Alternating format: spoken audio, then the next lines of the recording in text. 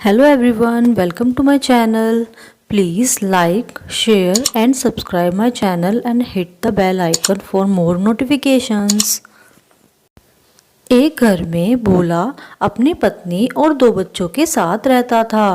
भोला और उसकी पत्नी स्वभाव से बहुत अच्छे थे।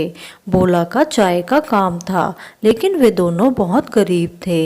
एक दिन भोला की पत्नी भोला से कहती है, भोला जी, घर में सारा राशन खत्म हो गया है। हम तो जैसे तैसे अपना समय निकाल लेंगे, लेकिन बच्चों को तो खाना चाहिए ही। आज आप आते समय कुछ राशन ले आइएगा। भोला कहता है, हाँ रानी, तुम बिल्कुल चिंता मत करो। आज मैं आते समय राशन ले आऊंगा। तुम बच्चों का ध्यान रखना।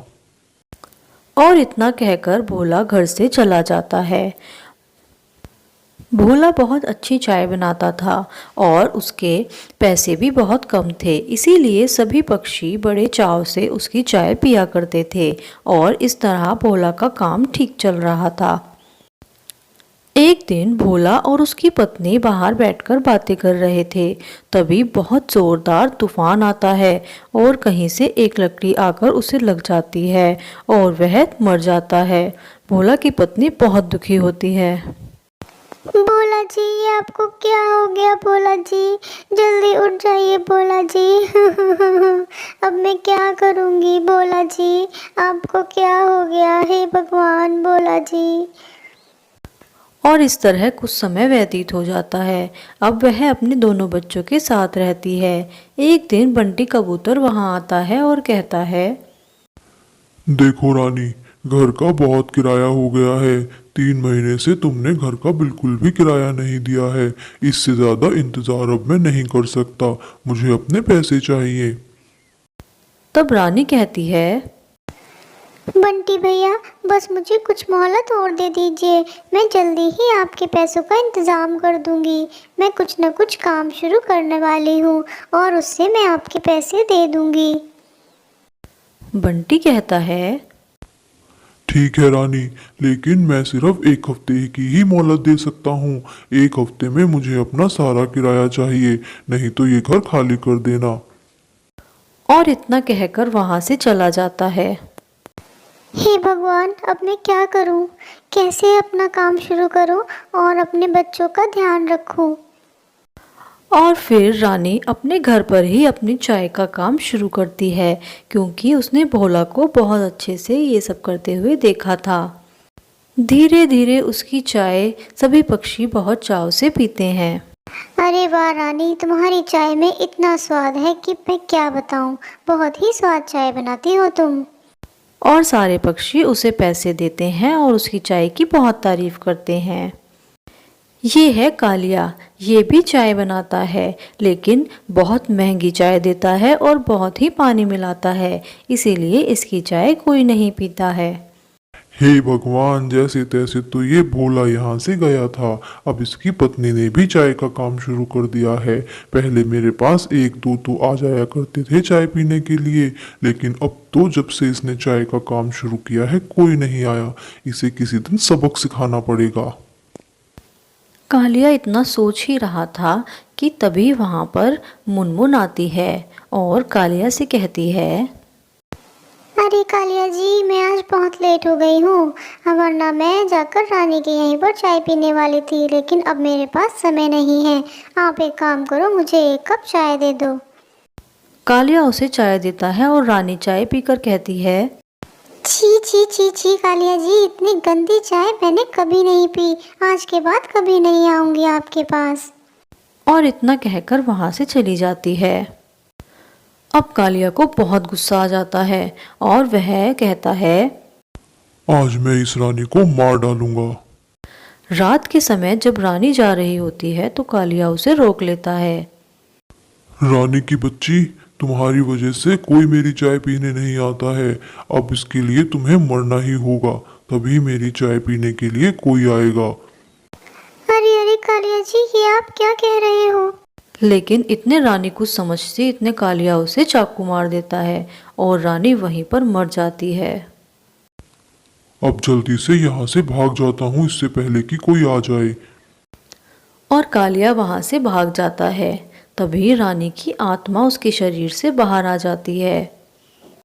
हे भगवान, ये कालिया ने क्या कर दिया?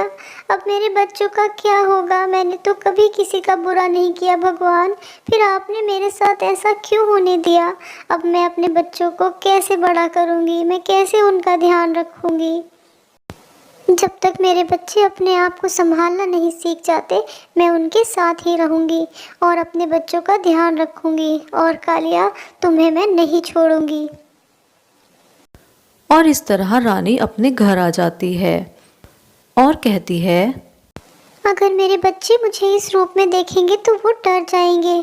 मुझे सबसे पहले अपने आप को ठीक करना होगा और पहले वाली रानी की तरह ही बनकर उनके साथ रहना होगा, तभी मेरे बच्चे मुझे प्यार करेंगे।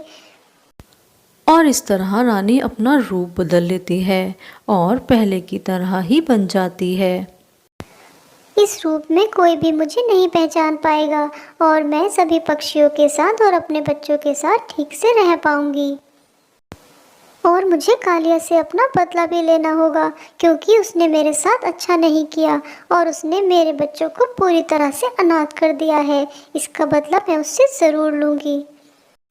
इस तरह रानी अपने बच्चों को रोज अब स्टॉल पर ले जाना शुरू कर देती है, जिससे उसके जाने के बाद उसके बच्चों को कोई परेशानी ना हो और वह अपना ध्यान रख सकें। एक दिन कालिया वहां से गुजर रहा होता है और वह देखकर चौंक जाता है। अरे, मैंने तो रानी को मार दिया था, फिर यह यहाँ कैसे हो सकती है? यहीं बैठकर सब कुछ देखता हूँ। और वह दूर बैठकर सब कुछ देखता रहता है। एक दिन रात में जब सभी पक्षी बैठकर बातें कर रहे थे, तभी वहां पर कालिया आता है और सभी से कहता है, तुम सब यहाँ बैठकर बातें करते रहो और वहाँ रानी सबको मार देगी।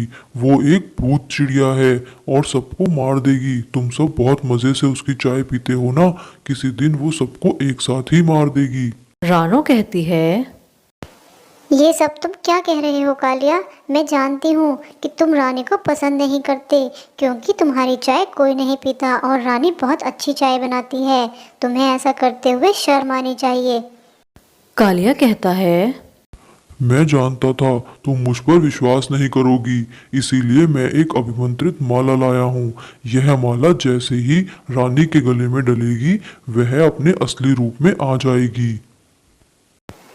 ठीक है कालिया, हम तुम्हारी बात मानकर चलते हैं, लेकिन अगर तुमने कुछ भी झूठ बोला और ऐसा नहीं हुआ तो तुम्हें इस जंगल से बाहर जाना होगा।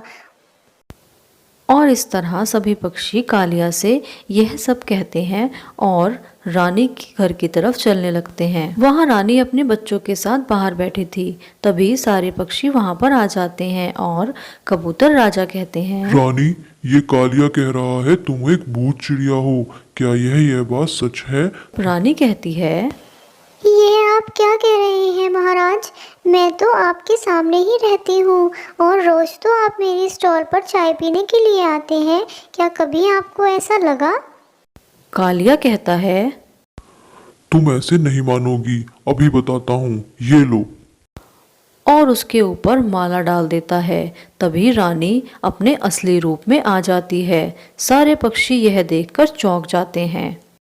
ये देखो, मैंने कहा था ना कि रानी एक भूत है। आप सबको मेरी बात पर विश्वास नहीं था, अब अपनी आंखों से देख लो। अरे रानी, अरे ये रानी, सब क्या ये है? तुम्हें क्या हो गया? तुम तुमने कैसे हमें मर क्यों गई नहीं बताया? और तुमने तुम हमसे मर झूठ चुकी क्यों हो क्या? बोला? इस तरह सभी पक्षी बार बार रानी से पूछते रहते हैं कि वह कैसे मर गई। तब रानी बताती है, आप लोग ये जानना चाहते हो ना कि मैं कैसे मर गई? इसका जवाब ये कालिया देगा। आप इससे ही पूछिए कि मैं कैसे मर गई। इसने मुझे सिर्फ इसलिए मार दिया क्योंकि आप लोग मेरे पास चाय पीने आते थे और इसके पास नहीं जाते थे। इसने मेरे बच्चों के बारे में भी नहीं सोचा, क्योंकि मैं अपने बच्चों से बहुत प्यार करती थी। शायद इसीलिए भगवान ने मुझे भूत बना दिया और मैं इस रूप में अपने बच्चों के सामने नहीं आ सकती थी। इसीलिए मैं रूप बदल के अपने बच्चों को काम सिखाने लगी और आप सबके बीच रहकर ही अपना समय बिताने लगी।